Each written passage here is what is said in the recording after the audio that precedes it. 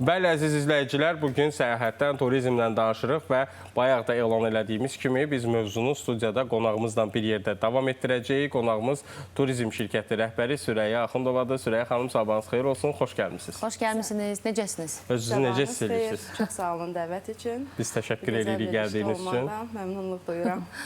Ümid edirik ki, maraqlı və faydalı bir söhbət eləyə bilərik. Səyahətdən danışırıq və səyahətin planlanması bilirik ki, bu məsələlərdə ən vacib məqamlardan biridir ki, səyahəti planlamaya hər şey daxildir. Mövsümü maraqlanmaq, qiymət məsələsi, bagaj məsələsi, hər şey.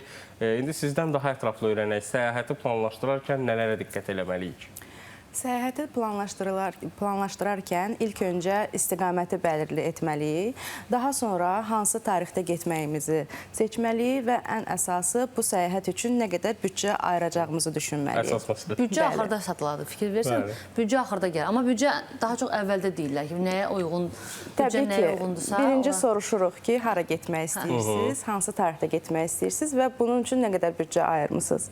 Qarşımızdakı turist isə bu suallara dolğun məlumat verdikdən sonra onun büdcəsinə uyğun artıq keçirik birinci mərhələyə və ayırdığı büdcəyə uyğun məsləhət veririk ki, həmin istiqamətə bu mövsümdə gedə bilərsiniz, yoxsa yox və alternativ marşrutlar da təklif edirik bu zaman. Alternativ yerlər təklif elədiyiniz oldu ki, məsəl üçün, mən yaxınlaşmışam sizə ki, ay Sürəyya xanım, mən getmək istəyirəm falan ölkəyə, filan qədər büdcəm var, filan işlərlə məşğul olmaq istəyirəm, filan yer görmək istəyirəm. Baxırsınız ki, qardaş, sən o büdcə ilə oraya ən yaxşı halda gedə bilərsən də və qayıda bilərsən. Hava limanında en çıx, havavı dəyiş, təzdən gir, qayıd. O ki, məsəl üçün deyir ki, yox, siz məsələn bu büdcə ilə başqa bir ölkəyə, başqa bir yerə, O həmişə o başqa dediyiniz həmişə bir ölkələr olur da, bir neçə ölkə. O başqaya həmişə getmək olur. Hansı ölkələrdir onlar? Bəli, təbii ki. Adlarını da çəkə bilərik ölkələrdən. Təbii ki, misal üçün, insan gəlir ki, Maldivə getmək istəyirəm və onun ayırdığı büdcə Maldivə uyğun olmayanda biz ona məsləhət görürük ki, gəlin sizi göndərək Malayziyaya və yaxud da Taylanda. Bayqont pis deyil, bu arada getmək olar. Bəli, bu formada ayrı marşrut təklif edirik. Təbiəti gözəl yerlərdən. Təbii ki, və yaxud da gəlir Türkiyə istiqamətinə, deyir ki, Türkiyədə Bodruma getmək istəyirəm və təbii ki, girir sosial şəbəkələrdən ən bahalı otelləri göstərir, çox həvəslidir getməyə. Biz onun təbii ki, həvəsini qıra bilmərik ki, yox, siz bura gedə bilməzsiniz. Bunu cavabı vermirik, əvəzində deyirik ki, bu otelin qiymətləri, misal üçün, 10 mindir, 15 mindir, amma buna alternativ Antalyada sizin istədiyiniz istəklərinizə uyğun olaraq digər otellər var ki, hansı ki ondan 3 dəfə ucuz olan. Bəlkə bura gedəsiniz bu il, növbəti il daha erkən rezervasiya zamanı bu otellərə yenidən baxa bilirik.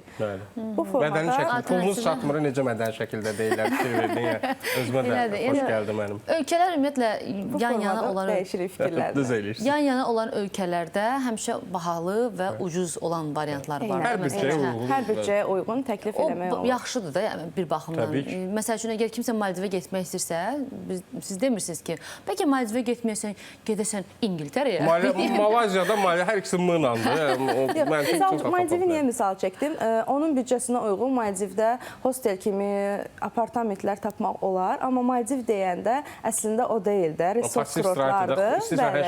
Ona eyni büdcəyə gedib məyus olmağındansa daha gözəl yerə getsin, növbəti illərdə artıq istədiyi kimi Maldivdə istirahət edə bilər. Yəni bu formada çıxış olar. Həm də təcrübə qazanmış olar. Büdcəsini də ona uyğunlaşdırır. Bəli. Çox doğru məqamdır. Çünki elə yerlər var ki, sən ora gedirsənsə, mütləq gərək yaxşı oteldə qalasan, resort yerdə qalasan. Çünki onun təbiəti onu tələb eləyir. Elə yerlər də var ki, sən ora gedəndə sadəcə bir hosteldə də qala bilərsən. Çünki axşamdan axşama yatmağa gələcəksən. Bəli, şəhəri görməyə gedirsən. Yəni bunlara uyğun olaraq insanların tələblərini, istəklərini eşidib də istiqamətləndirmək çox düzgün bir yoldur məncə.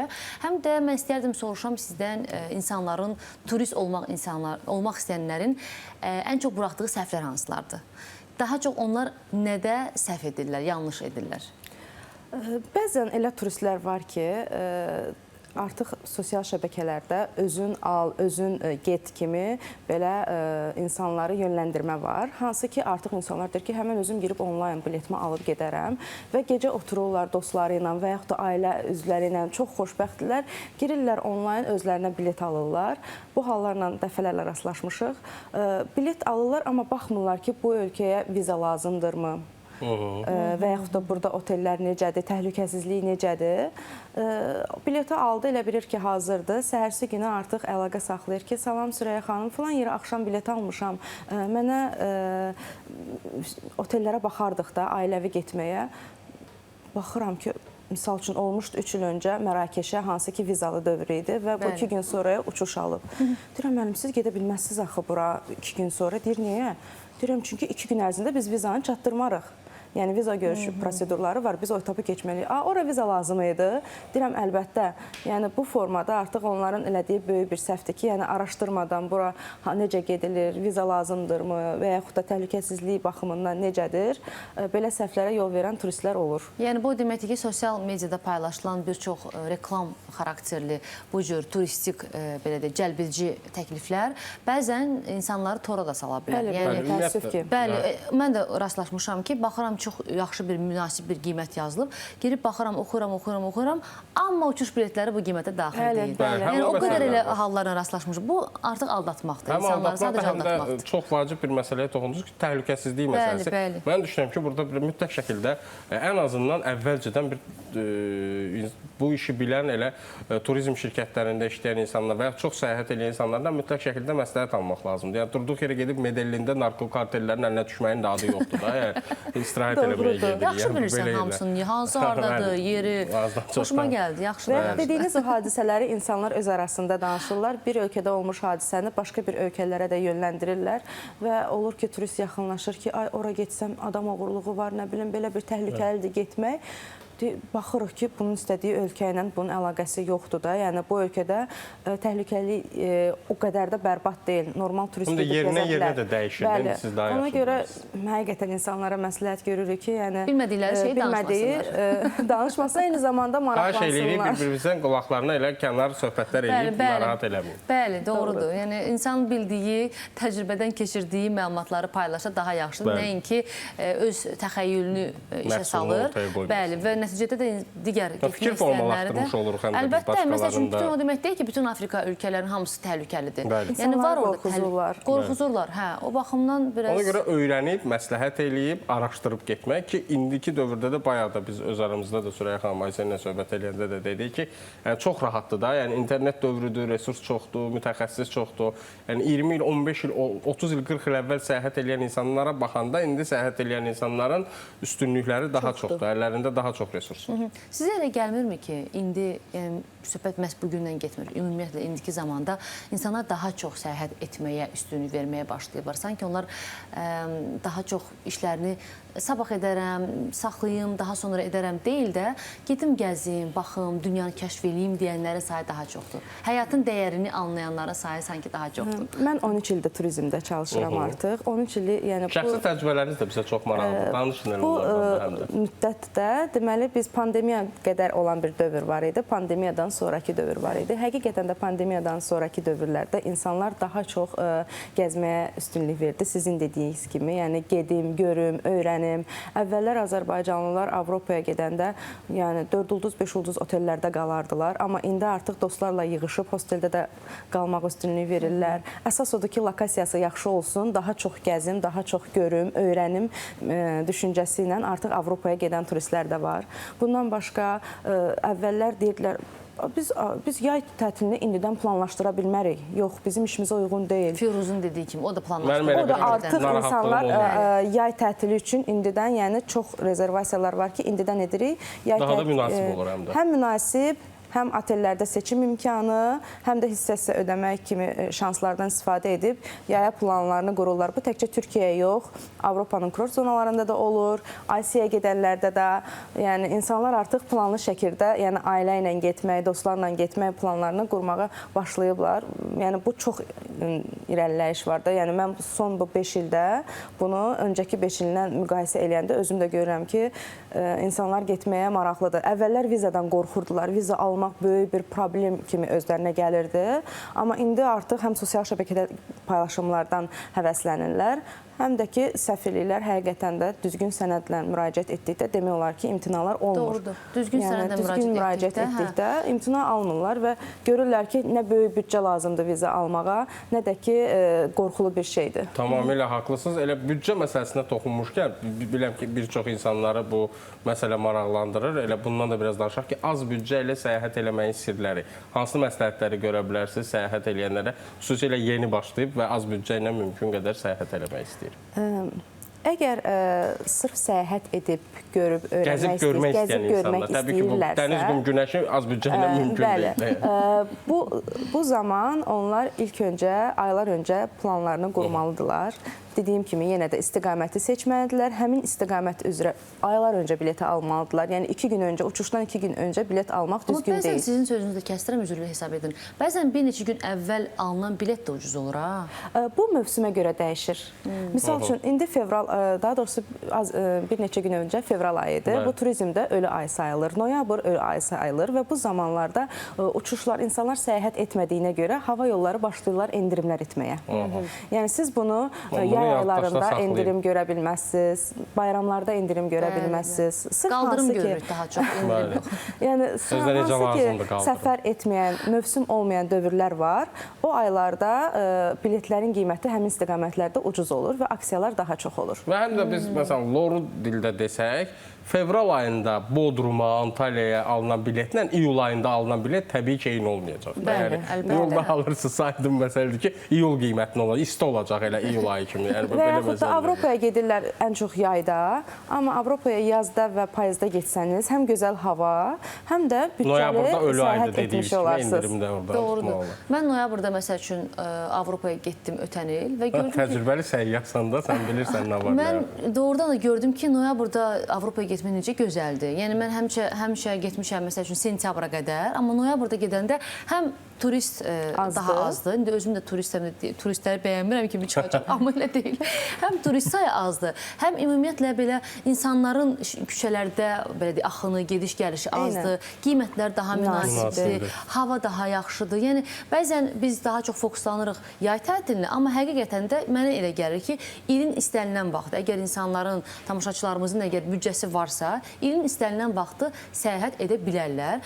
Bu, birbaşa bağlıdır iş yerindən, gərək iş yerindən müvafiq belə deyək, günlər məzuniyyət götürəsən, büdcəniz varsa, ilin istənilən vaxt səyahət edə bilərsiniz. Sadəcə burada düzgün olan hara səyahət etmək məsələsidir. Təbii ki, Şri-Lankaya və yaxud da ki, Baliyə yağış, muson küləkləri və yaxud yağışları olan vaxtı getməkdən getmir söhbət. Sağ üçün, Baliyə bizdə belə bir düşüncə var ki, yay aylarında getmək olmaz. Hara? Bali, İndoneziya. Amma əslində... Balinin harasına söhbətdə var. Misal üçün, Bali, Ubuddu, sonra Kurort zonası, Nusa Dua filan, bunları hamısına biz getmirik də yayda. Səbəb? Biz deyirik ki, yağışlı mövsümdür, amma əslində yağışlı mövsüm deyil, yayda sezondur. Sadəcə biz öyrəşmişik yaxın kurort zonalarına getməyə yay aylarında. Bu bir təbliğatdır. O istiqamətə getmirik. Bir də ki, sizin sözünüzə qüvvət, biz çalışırıq ki, dövlət işində işləyənlər ancaq yay aylarına məzuniyyət götürsünlər, digər aylara götürmürlər. Beyin, psixologiya bunu öyrəşib. Onu da yavaş-yavaş dəyişsələr daha yaxşı olar. Bəli, ilin müstəlinən vaxtı qəşəng səyahət edə bilərlər. Bəli, əlbəttə ki. Büdcəniz də varsa.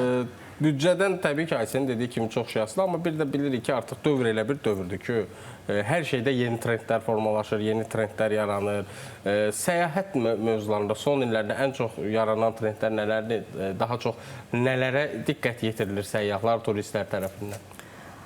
Son illərdə ən çox rastlaşdığımız bu sosial şəbəkə üzərindən olunan populyar yerlərə getməkdir. Misal üçün, Instagramda hər hansı bir yer viral olursa, çalışırlar ki, ora getsinlər. Məsələn, Montenegro. Montenegro viral deyil də, sadəcə ora charter reys var deyə, Avropanın kurort zonasıdır deyə, yəni eyni dayanmadan eyni Türkiyəyə getmək əvəzinə Montenegroya, Misirin yay kurortuna 5 il öncə biz Misirin yay kurortunu satmırdıq. Çünki bura deyirdik ki, 50 dərəcə isti var, amma son 3 ildir dayanmadan yayda bütün charter reys dolur. Səbəb isə onsuz da Antalyada istidir, Misir də istidir. Sadəcə birində rütubətli havadır, birində quru havadır. Və insanlar da, Azərbaycanlılar zaten Bakıda da bəzən olur ki, 40 dərəcə üzəri keçir temperatur. Yəni bu da təcrübədən keçdi ki, deməli Aralıq dənizinin, Qırmızı dənizin Misir sahillərində də, Şərm el-Şeyxdə də dincəlmək olar. Həm də Montenegro o qədər məşhur idi, vizasız olduğuna görə. Bəli, viza məsələsinə görə idi təbii ki. İndi də viza rejimi çox rahatdır. Bu ildə yenidən Montenegroya rahatlıqla gedə biləcəklər turistlər. Yaxşı, bəs sosial şəbəkədə yenə görürük biz, çoxlu təbliğ olunur. Məsəl üçün, bir həftədə 6 ölkə, nə bilim, bir həftədə 7 məkan, bu kimi belə deyək, cəlbedici təkliflər olur. Buna necə yanaşırsınız? Yəni, bu nə dərəcədə düzgün səyahət növüdür sizcə? Turizmçi olaraq buna biraz yaxşı yanaşmıram. Amma gənc səyyahlar dayanmadan gedirlər, tələbələr filan. Amma nəzərə baxmırlar proqrama, gedirlər ora, ikinci gündən sonra yorulurlar. Çünki insan dayanmadan ölkə dəyişə bilməz. Şəhər dəyişə bilməz. Yəni, gəldi, səhər şəhərə girdi, misal üçün girdi Romaya, başladı Kolizeydən, oradan düşdü Fontana, gün bitdi də bir dənə nahar elədi, axşama doğru bunlar yola çıxmalıdırlar. Romanı özün gəzməyə 3-4 gün vaxt lazımdır, ancaq Bəli. Yəni, bunun Vatikanı qaldı, bunun muzeyi qaldı, nə bilim, bir şəhəri hiss eləməlisən, duymalısan, bir axşamını görməlisən. Foto çəkdirdilər, bəs eləyir də. Bir dənə konum qoydular, foto çəkdirdilər, səhərsi günü artıq başqa bir ölkədədirlər. Bəzən elə marşrutlar qururlar ki, ümumiyyətlə, yəni bir-birindən uzaq, gecə saat 12 saat yolda olmaq. Foto çəkdirməyə də imkan olmur belə. Elə axşama düşürsən. Yəni, mən şəxsən bunun qarşısı maksimum heç olmasa bir həftəyə bir 3 şəhər gəzəsən. Yəni, gözəl. Yəni, bu şəhər yadda qalsın, bunu hiss edəsən, mədəniyyətini görəsən, yeməyini görəsən. Bunun tərəfdarıyam. Çox düzgün vurğuladınız. Elə mən də onun tərəfdarıyam. Elə düşünürdüm ki, həmin o cavabı sizdən alacağım. Həqiqətən də o, bəzən deyirlər, qaynar təkliflər olur. Həmin o qaynar təkliflər sosial şəbəkələrdə görürük və bir həftədə, 10 gündə, 8 ölkə, 9 ölkə, axırda da yorğun gəlirsən. Sənin özünə əlavə bir istirahət lazımdır ki, bir rahatlaşasan, istirahət eləyəsən. Və nəsə anlamırsan da, yəni gördüyündən nə getdim, nə gəzdim, nə öyrəndim. Ad olsun ki, mən İtaliyaya getdim. Qış aylarında gedirlər, misal üçün, Laplandiyaya, onun yanına salırlar Norveç, İsveç, Danimarka. Hansı ki, qış aylarında bu şəhərlər zaten 4-5 saatlıq günəş görür, sonra qaranlıq olur və sən gəldin 5 saat şəhəri gördün, gecə yoldasan, yol, qış ayı, soyuq, bu insanı avtomatik yorur. Yəni, sən bunu necə belə gedə bilərsən? İnsanlara sadəcə məsləhətim odur ki, proqrama qoşulursunuzsa, tura qoşulursunuzsa, mütləq proqramı baxın, internetdə, sosial şəbəkələrdə oxuyun, YouTube-da bir verilişlərə baxın, bir formalaşsın beyninizdə bu istiqamət, daha sonra həmin proqrama getməyə qərar verin. Süreyya xanım, artıq proqramımızın, daha doğrusu sizinlə olan söhbətimizin sonuna yaxınlaşırıq. Bəzi insanlar var ki, onlar tək səyahət eləməyi sevirlər, yanlarında heç kim istəmirlər və lakin biraz xarici ölkələrlə səyahətlə bağlı fobiya yaşayan insanlar var. Şəxsən mənim elə insanlar tanıyıram. Onlara hansı məsləhətləri görərdiniz? Nələrə diqqət eləsinlər? Çünki biz bilirik, bəzən oğurluq hadisələri də olur, elə ölkələr var ki, xarici ölkələrdə nə qədər təhlükəsiz də olsa, müəyyən mənada problemlər yaşana bilir. Tək səyahət eləmək istəyənlər nələrə diqqət edirlər? Bir dənə əlavə edim sənin sualını, bir də səyahət sığortasının buradakı vacib rolundan istəyərdim danışasınız. İlk öncə onu deyim ki, səyahət sığortası həqiqətən də vacibdir. Çox kiçik bir rəqəmdir, zaten böyük bir rəqəm deyil. Amma sizin orada baş verəcək təhlükə zamanı, yəni ən azı bir yıxılıb ayağınız burxulsa belə, siz Avropada, Asiyada həkimə getmək böyük bir külli miqdarda ödəniş tələb edir. Amma sığorta sizin qarşılayır bunu. Yəni bu bizim təcrübəmizdə də var, böyük bir hadisələrdə də sığorta qarşılayıb, kiçik hadisələrdə də, yəni Asiyada da, Avropada biz bunu görmüşük. Mütləq səyahətə gedərkən bir həftəlik sığortanın qiyməti, yəni 15-20 manatdır. Bu səyahəti, bunu kəsməsinlər səyahətlərindən. Bəzən kəsirlər, çünki düşünürlər ki, əgər viza tələb etmirsə, vizasız ölkəyə gedirlərsə, yox, mən səyahət sığortasız da gedə bilərəm düşünürlər, amma bunu özünüz üçün etməlisiniz. Sırf öz canınız üçün bunun qayğısına qalan sağlamlıq məsələsidir. Mənim şəxsi fikrim ki, sığorta və transfer məncə ən vacib məsələlərdən biridir. Yəni, mən belə düşünürəm. Qaldı ki, sizin sualınıza tək səyahətlə bağlı, mən özüm də tək səyahət etmişəm. Bu çox nadir hallarda olan bir sorğudur. Çox az adam gedir də, belə düşüncədə olan. Başım götürüb gedir də onlar. Ona görə onlar da biz nəzərə almalıyıq. Yenə də nəzərə salsaq ki, 21-ci əsrdir, artıq sosial şəbəkələr, internet var. Siz tək gedəndə qorxulası bir şey yoxdur. Əlinizdə Google Map-lə istədiyiniz nöqtəyə çata biləcəksiniz. Azca dil bilsəz yetərlidir. Əgər çətinlik çəkirsinizsə, yenə də translate vasitəsilə çox rahatlıqla ölkədə gəzə biləcəksiniz. ChatGPT-dənsə translate daha yaxşıdır. Bundan başqa da tək səyahət edənlərə məsləhətim odur ki, yəni qorxmasınlar. Yəni şəhərə girdiyin şəhərdə özünü rahat aparmalısan. Yəni bəzən deyirlər, bu Barselona oğurluqdur. 4 dəfə Barselonada olmuşam, 2, 3, 5 nəfərlə. Heç zaman oğurluqla rastlaşmamışam. Tam yəni rahat şəkildə gəzməlisən. Sumkanın üstündə, telefonun sumkanda. Niyə telefonumuz hər zaman əlimizdə olsun? Yəni müəyyən bir şeylərə özümüz riayət eləsək, qorxmasaq, çəkinməsək, bu zaman biz oğurluq və ya özümüzü turist kimi aparmayaq da yəni. Bəli. Buralardanam mən. Hə, eynən. Espanyol uşağıyam falan bir də. Tam rahat. Dil bilməyi dediniz, mən Cənubi Koreyaya gedəndə onlar demək olar ki, ingilislə danışmırlar. Yəni ümumiyyətlə danışmırlar və tərcümə də burada kömək eləyir, amma onu izah edənə qədər, başa salana qədər əməli başa zülm çəkirsən. Vaxtından gedir. Ancaq mən əllə, qolla belə hərəkətlərlə. Şimdi də biz eyni, ancaq telefonla, translate ilə gəzirdik. Məşhur türkəli komediyaçı Cem Yılmazın da dediyi kimi, pul səndədir. İnanın ki, başa düşürlər. Kruvasanı yemək istəyirəm, qutardı getdi. Çox rastlaşmışıq və gəzintimizə bir gülüş qatır həmin an. Çox sağ olun, təşəkkür edirik. Sağ olun. Faydalı bir söhbətimiz oldu. Bir daha xatırladaq ki, biz bugün ümumiyyətlə səyahətdən danışdıq və qonağımız turizm şirkətinin rəhbəri Süreyya Axundova idi. Təşəkkür edirik sizə bir daha. Bir daha minnətdarım.